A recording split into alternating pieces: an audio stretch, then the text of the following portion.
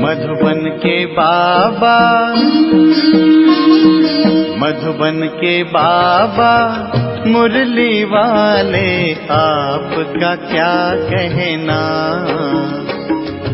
आपका क्या कहना। ओम शांति।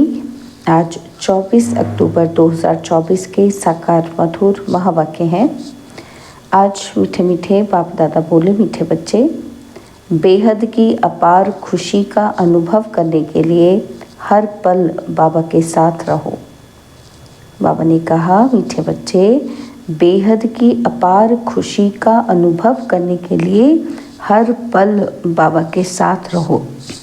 बाबा ने आज प्रश्न पूछा कि बाप से किन बच्चों को बहुत बहुत ताकत मिलती है।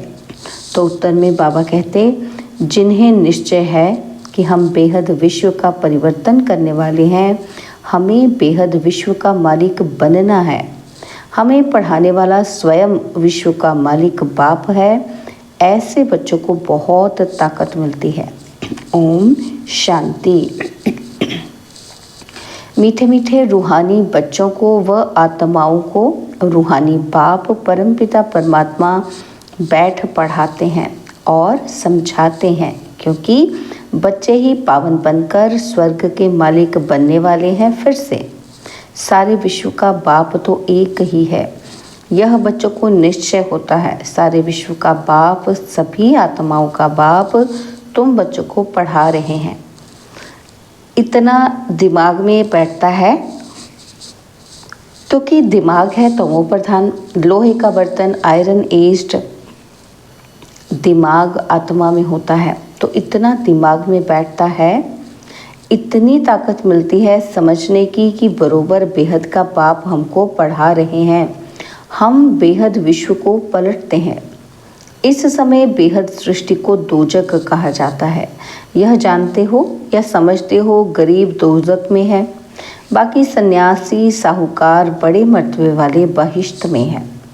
बाप समझाते हैं, इस समय जो भी मनुष्य मात्र हैं सब दोजक में है। दोजक माना नरक। तो ये समझने की बातें हैं कि आत्मा कितनी छोटी है। इतनी छोटी आत्मा में सारी नॉलेज ठहरती नहीं या भुला देते हो। विश्व की सर्वात्माओं का बाप तुम्हारे सम्मुख बैठ तुमको पढ़ा रहे हैं। सारा दिन बुद्धि में ये याद रहता है कि बरोबर बाबा हमारे साथ यहाँ है। बाबा पूछते हैं कि याद रहता है? कितना समय बैठता है? घंटा, आधा घंटा या सारा दिन?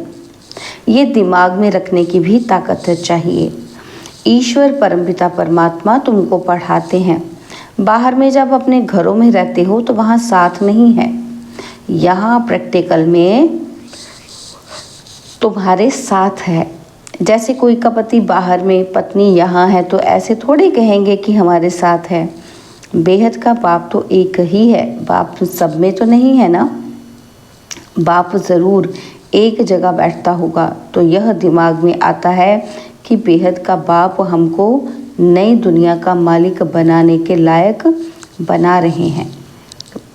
तो बाबा कहता, दिल में इतना अपने को लायक समझते हो कि हम सारे विश्व का मालिक बनने वाले हैं? पूछा बाबा ने। तो बाबा कहते, इसमें तो बहुत खुशी की बात है। इससे जास्ती खुशी का खजाना तो कोई को मिलता नहीं। अभी तुमको मालूम पड़ा है कि ये बनने वाले हैं। ये देवताएं कहाँ के मालिक हैं ये भी समझते हो।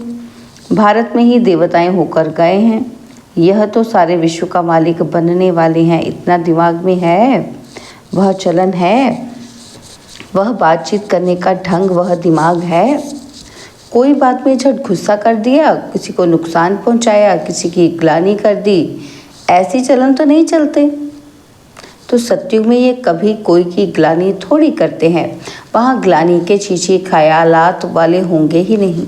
वाह, बाप तो बच्चों को कितना ज़ोर से उठाते हैं। तुम बाप को याद करो तो पाप कट जाएंगे। तुम हाथ उठाते हो, परंतु तुम्हारी चलन ऐसी है। बाप बैठ पढ़ाते हैं, ये दिमाग में ज़ोर से बैठता है। बाबा प्रश्न पूछ रहे हैं आज बहुत सारे।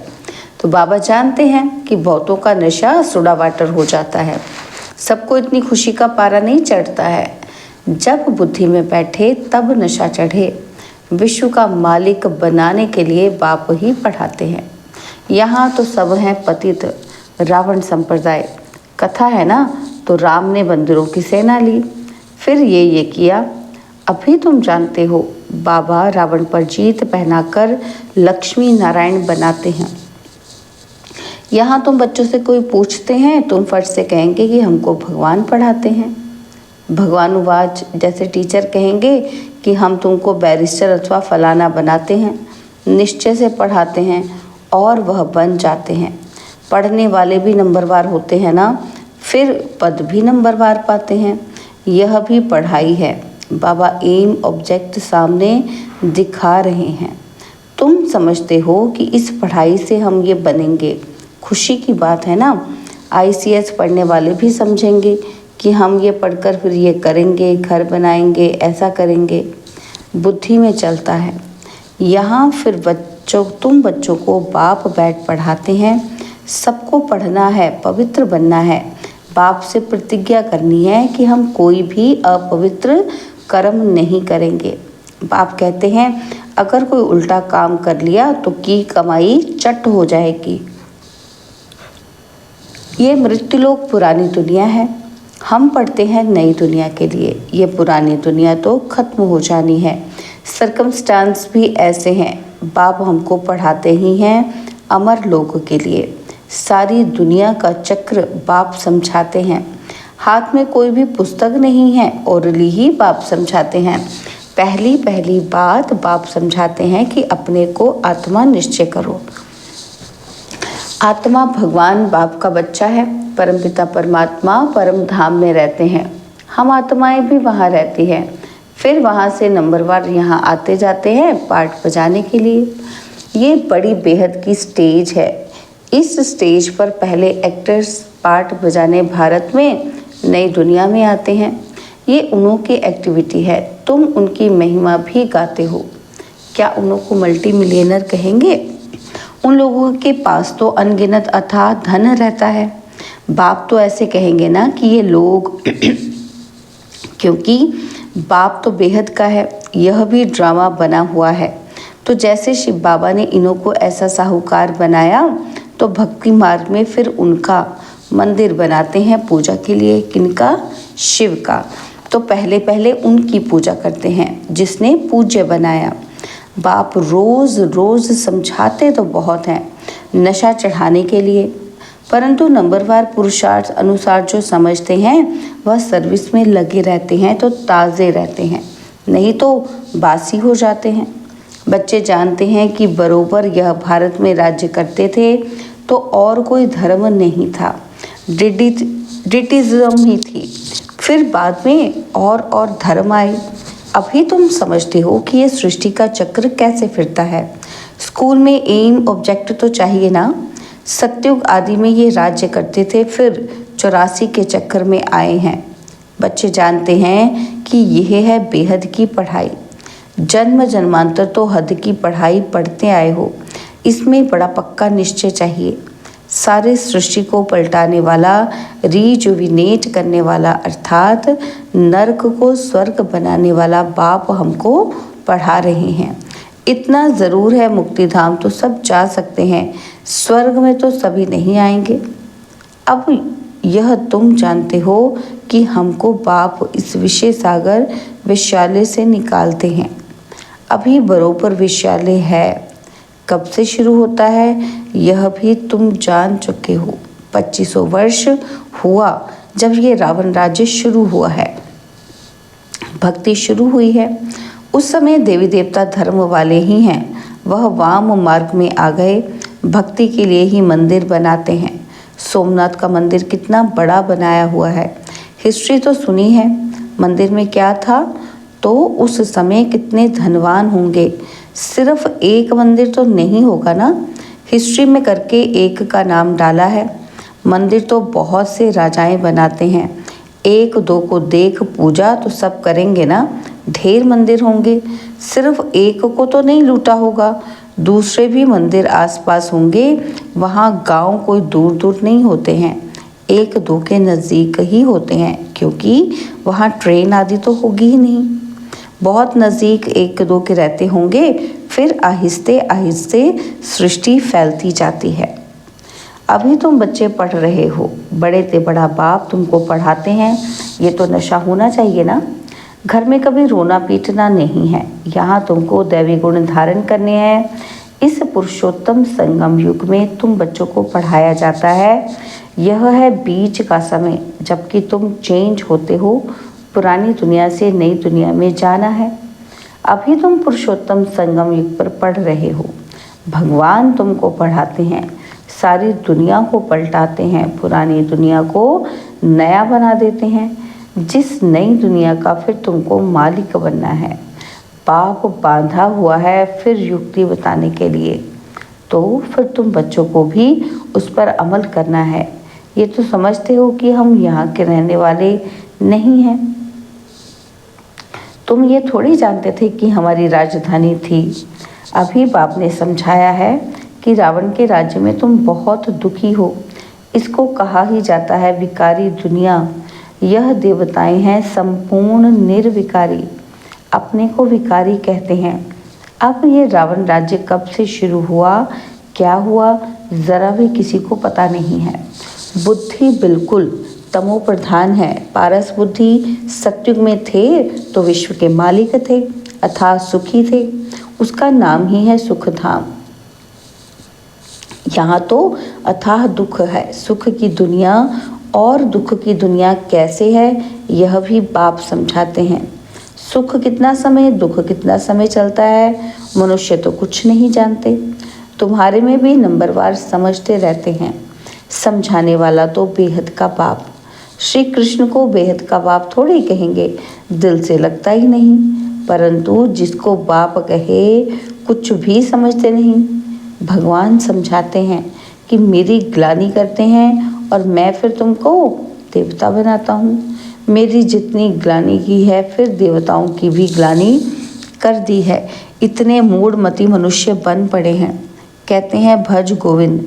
बाप कहते हैं हे मूढ़मती, गोविंद गोविंद राम राम कहते बुद्धि में कुछ आता नहीं कि किसको भजते हैं। पत्थर बुद्धि को मूढ़मती ही कहेंगे। बाप कहते हैं अब मैं तुमको विश्व का मालिक बनाता हूँ।